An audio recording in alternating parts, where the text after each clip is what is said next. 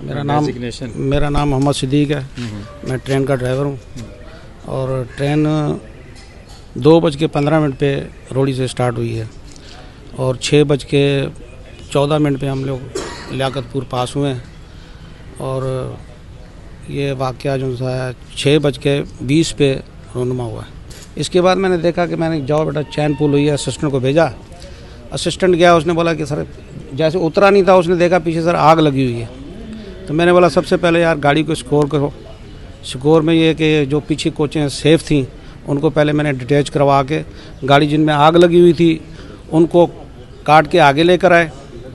उसके बाद वो जो जली हुई कोचें थे फिर उनको छोड़ के पीछे आगे और काट के आगे भी सेफ़ थी, पीछे भी सेफ़ थी, बीच की जली थी।